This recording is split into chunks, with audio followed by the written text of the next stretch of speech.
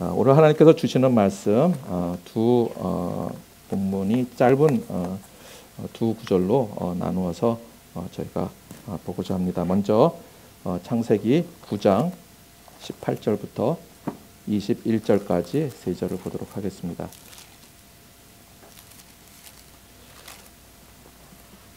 짧은 구절이니까 세 절인데 우리 한 목소리로 함께 18절부터 21절까지 함께 읽도록 하겠습니다. 시작.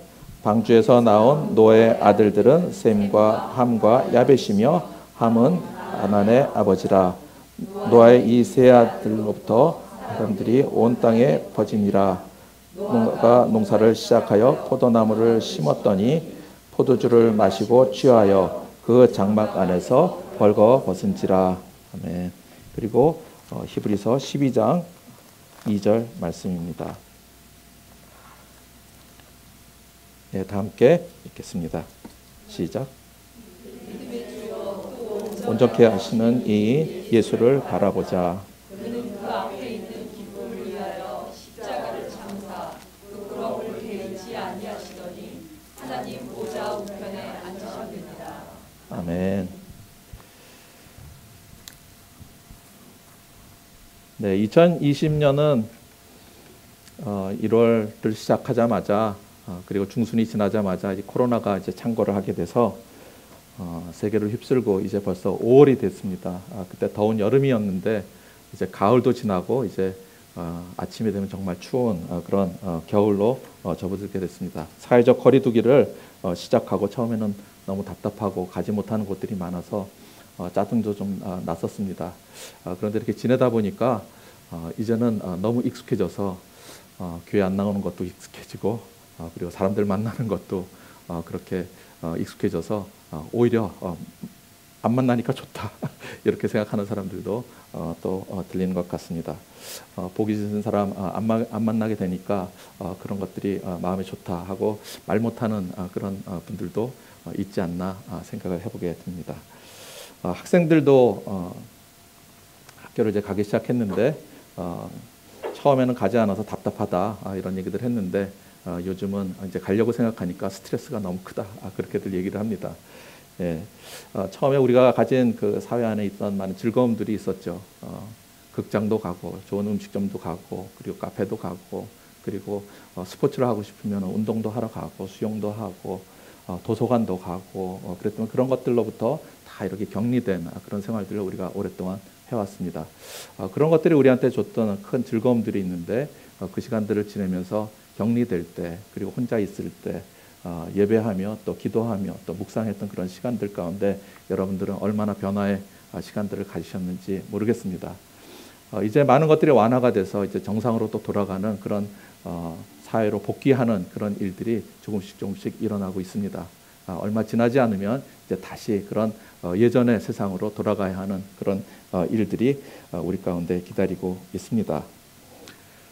오늘 우리가 읽은 창세기 9장에 있는 말씀은 대홍수 이후에 격리된 생활을 오랫동안 했던 노아의 가족에 관한 대홍수 이후의 이야기들입니다.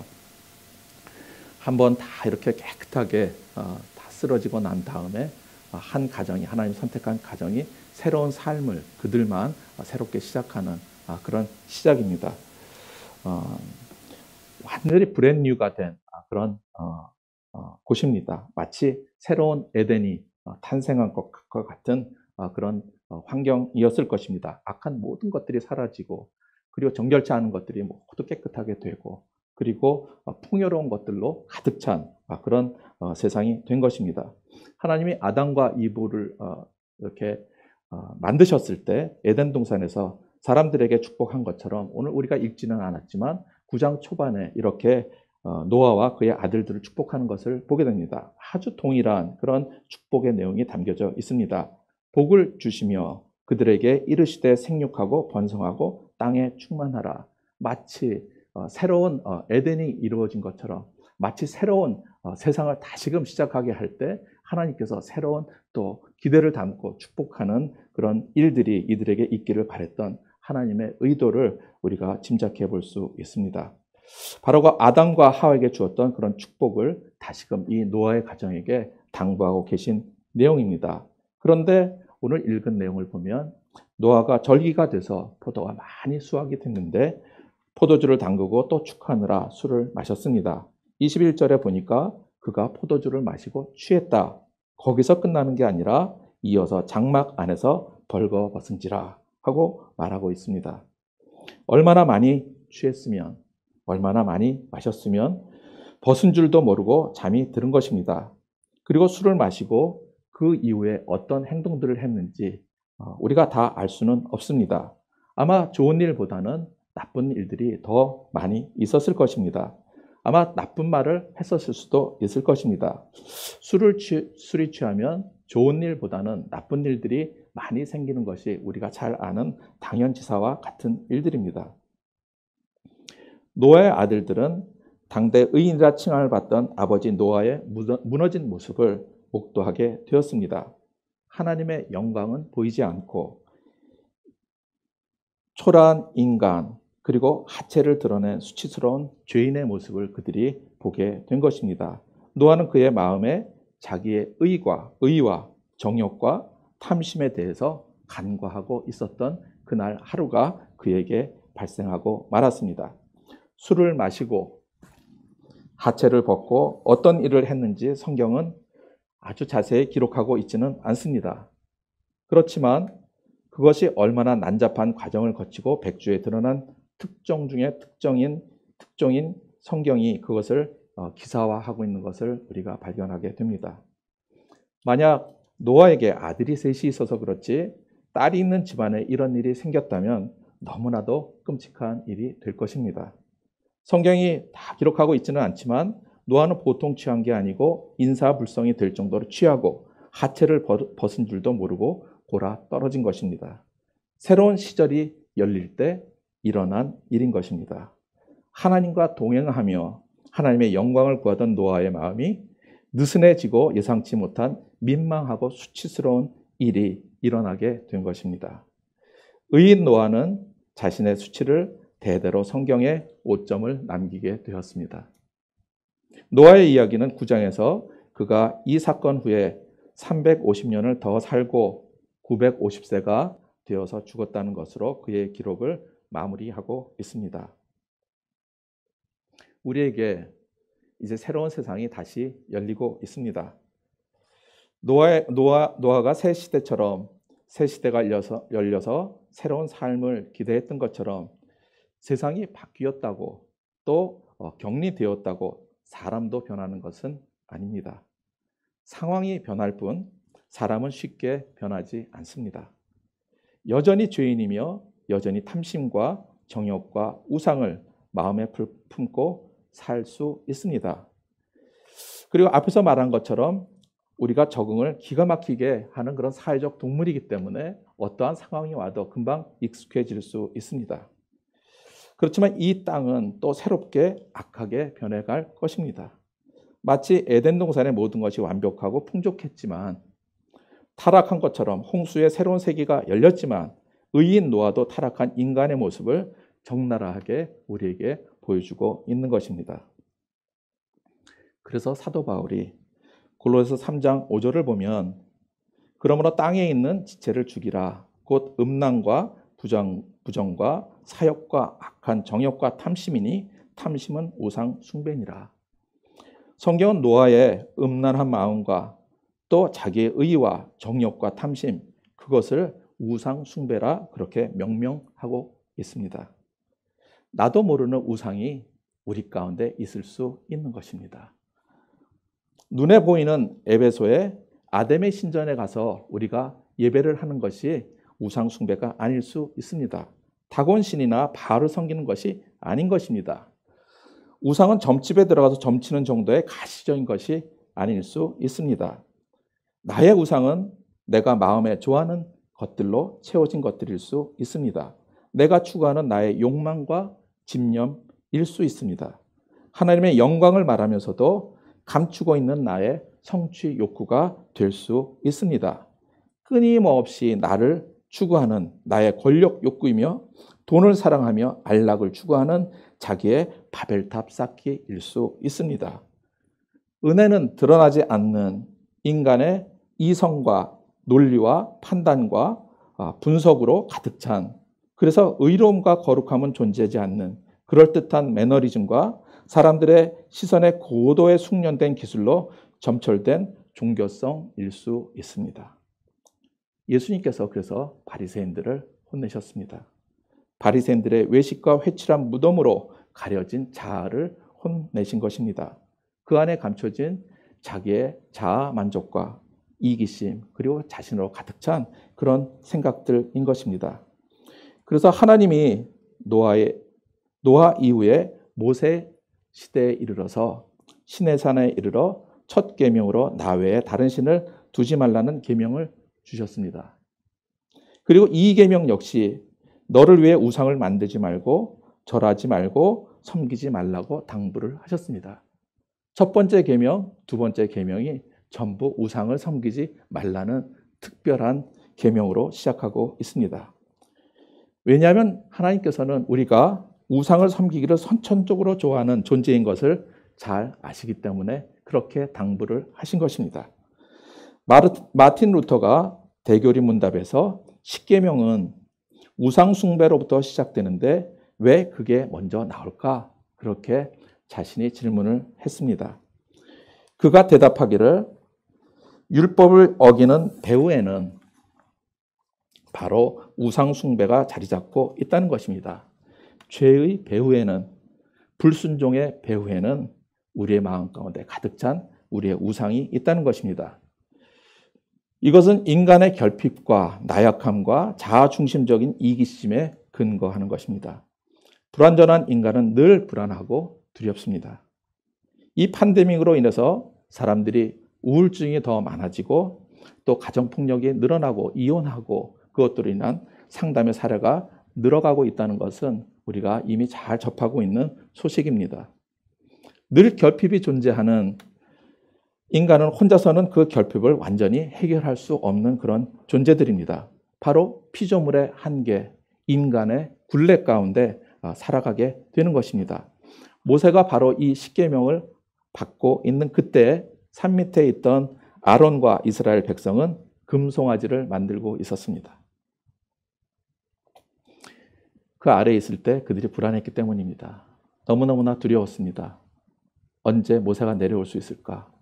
언제 하나님의 음성을 우리가 들을 수 있을 것인가? 어떤 것으로도 그들의 두려움을 대체할 수 있는 것들이 그들에게 없는 그런 절실함이 그들에게 있었습니다. 이 세상을 살아가는 우리에게도 이런 도전이, 이런 불안함이, 두려움이 늘 우리 마음 한구석에 자리 잡고 있습니다. 하나님 한 분으로는 채워지지 않는 공허함, 예수님이 계시다고, 예수님을 사랑한다고 고백하면서도 만족할 수 없는 허망함, 우리는 다른 어떤 것으로 그것들을 채우려고 무진 애를 씁니다. 돈으로, 여행으로 남에게 우월감을 볼 수 있는 모든 것들을 동원해서 내 존재의 결핍을 메워보려고 애를 씁니다. 쾌락으로, 좋은 것들로 채워진 자신의 집과 또 안락함으로, 재정적인 능력으로 그것들을 대신해 보려고 애를 씁니다. 그래서 사도 바울이 로마서 1장 21절에서 23절을 보면 이렇게 말하고 있습니다. 하나님을 알되 하나님을 영화롭게도 아니하고 감사하지도 아니하고 그 생각이 허망하여지며 미련한 마음이 어두워졌나니 스스로 지혜 있다 하나 어리석게 되어 썩어지지 아니하는 하나님의 영광을 썩어질 사람과 새와 짐승과 기어다니는 동물 모양의 우상으로 바꾸었느니라. 우리가 여기서 주목하게 되는 단어가 있습니다. 그것은 바로 하나님의 영광을 사람의 그리고 짐승의 모양의 우상으로 바꾸었다는 것입니다. 하나님의 영광이 있는데 그것이 인간의 모양을 추구하는 그것으로 우상으로 바꾸었다. 하나님의 영광보다 우리의 갈급함을 더 추구하는 인간의 속된 마음이 거기에 담겨 있다. 수 없는 우상으로 가득 채워져 있는 내면의 영적 결핍이 그 안에 담겨져 있는 것을 우리에게 지적하는 말이라고 볼 수 있습니다. 끊임없는 나의 권력 의지, 끊임없이 높아지고 싶은 마음, 자존감의 상처를 입은 것을 어떻게든 복수하려고 하는 처절한 자기 욕구는 하나님의 영광과 거룩과 의로움과는 너무나 다른 말과 행동을 추구합니다. 이것이 처절한 탐심과 정욕의 자기 의와 자기 우상에 가려진 의인 노아의 내면의 모습이었습니다. 그래서 성경은 의인은 없나니 하나도 없다, 그렇게 명명합니다. 바로 우리의 모습이기도 한 것입니다. 그러나 이번 코로나로 인해 하나님이 내가 만든 나의 우상의 영역을 모두 막으신다면 나의 진정한 행복은, 나의 진정한 만족은 그것들로부터 모두 채워줄 수 없다는 것을 조금이라도 깨닫게 된 시간들을 우리가 보내고 있습니다. 이 문제는 우리를 늘 떠나지 않습니다. 우리에게는 불안정과 결핍이 늘 따라다니는 그런 삶을 살 수밖에 없습니다. 그래서 사도 바울이 골로새서 3장 1절 3절에 그러므로 너희가 그리스도와 함께 다시 살리심을 받았으면 위의 것을 찾으라. 거기는 그리스도께서 하나님 우편에 앉아 계시니라. 위의 것을 생각하고 땅의 것을 생각하지 말라. 이는 너희가 죽었고 너희 생명이 그리스도와 함께 하나님 안에 감추어져 있습니다. 여기에 중요한 단어 두 가지가 있습니다. 첫 번째는 위의 것을 보라는 말씀입니다. 그리고 두 번째는 너희가 죽었다는 것입니다. 그리고 진정한 너희의 생명이 그리스도와 함께 감추어져 있다. 드러나지 않는 너희의 생명, 힘들어가는 그 생명이, 진정한 생명은 그리스도와 함께 하나님 안에 감추어져 있다. 너희가 아무리 발견하려고 해도 진정한 생명이 있는 것들을 너희가 발견하지 못해서 애처로워하는 그런 마음이 있지만, 그러므로 너희가 위의 것을 생각하고 땅의 것은 생각하지 말라. 그렇게 우리에게 권면하고 있는 것입니다. 너희가 죽었다. 그리고 너희가 아래 것을 바라보며 사는 존재가 아니라 위의 것을 보라. 그렇게 사도 바울이 우리에게 권면하고 있습니다. 저는 이스트우드의 사무실이 있기 때문에 이스트우드 역에서 전철을 타고 시내에 나갈 때가 종종 있습니다. 근데 거기가 이제 지대가 높기 때문에 위에서 이렇게 오고 가는 분들을 이렇게 많이 볼 수 있습니다. 그런데 보면 다니는 분들이 전부 땅을 보고 다닙니다. 제가 위에 있는 걸 못 보는 거예요. 그러니까 엉뚱한 짓을 하다가 이렇게 가끔 웃을 때가 있습니다. 위에 누가 있다는 것들을 우리가 평소에 생각하지 않고 그렇게 다닙니다. 그런데 저는 그분들을 바라보는 그런 만족감을 가끔 누릴 때가 있습니다. 거기에 해답이 있습니다. 우리를 돌보시는, 우리의 허물을 덮으시는 주님이 우리 계신데, 믿음의 주여 우리를 온전케 하시는 예수가 계신데 그분을 바라보지 못하는 것입니다. 한 번이라도 위를 바라보려고 생각을 하면 하늘이 보이고 또 여태까지 생각하지 못했던 다른 그런 장면들이 우리의 생각들을 다시금 할 수 있는데 우리는 늘 땅만 바라보며 살아갑니다. 하나님께서, 예수님께서 우리를 돕고 계신데도 불구하고 다른 것으로 자꾸 우리의 허물과 결핍을 불완전한 것들로만 채워서 가리려고 애를 쓰고 있는 것입니다. 오늘 우리가 읽지는 않았지만 창세기 9장 22절, 23절을 보면 막내 아들 이 함이 그의 아버지의 하체를 보고 밖으로 나가서 그의 두 형제에게 알림해 셈과 야벳이 옷을 가져다가 자기들의 어깨에 메고 뒷걸음쳐 들어가서 그들의 아버지의 하체를 덮었으며 그들이 얼굴을 돌이키고 그들의 아버지의 하체를 보지 아니하였더라. 막내 아들 함이 먼저 아버지의 벗은 모습을 보게 됐습니다. 그리고 나가서 형제들한테 그것들을 고자질하듯이 알려준 것입니다. 그러니까 이 두 형들이 어깨에 옷을 이렇게 잔뜩 메고 어깨에 멜 정도로 옷을 많이 챙긴 것입니다. 그리고 덮어드리려고 뒷걸음을 쳐서 아버지에게 다가가고 그것들을 다 덮어주고 또 그 모습을 보지 않고 돌아오려고 뒷걸음을 쳐서 나왔다. 그래서 그 하체를 보지 않았다. 성경이 그렇게 아주 세세하게 보지 않은 것을 이렇게 나타내고 있는 것을 보게 됩니다. 땅의 것에 매몰된 사람은 하늘의 은혜를 생각하지 못합니다. 함과 달리 셈과 야벳은 하늘을 바라본 그런 마음이 그들에게 있었습니다. 바로 예수님이 우리의 허물을 덮어주시는 분이라는 것들을 오늘 사도 바울이 우리에게 알려주고 계십니다. 죄에 대해서 흠이 없으신 그분의 보혈로 우리가 오늘도 평화를 누리고 또 소망을 가질 수 있는 것입니다. 함의 땅 가나안은 그래서 저주를 받았습니다. 그러나 셈과 야벳은 창대하게 하시고 함은 그들의 종이 되게 하셨다고 성경은 기록하고 있습니다. 불안정한 인간은 늘 온전하신 주님을 바라볼 때에만 온전한 안정감을 비로소 찾을 수 있습니다. 다른 것이 아니라 진정한 안식을 우리를 만드신 창조주의 은혜가 머무를 때 비로소 온전한 평강을 우리가 누릴 수 있는 하나님의 섭리가 있기 때문에 그런 것입니다. 그래서 우리가 오늘 읽은 히브리서 12장 2절은 그러므로 믿음의 주여 온전케 하시는 이인 예수를 바라보라 그렇게 간곡하게 우리에게 권면하고 있는 것입니다.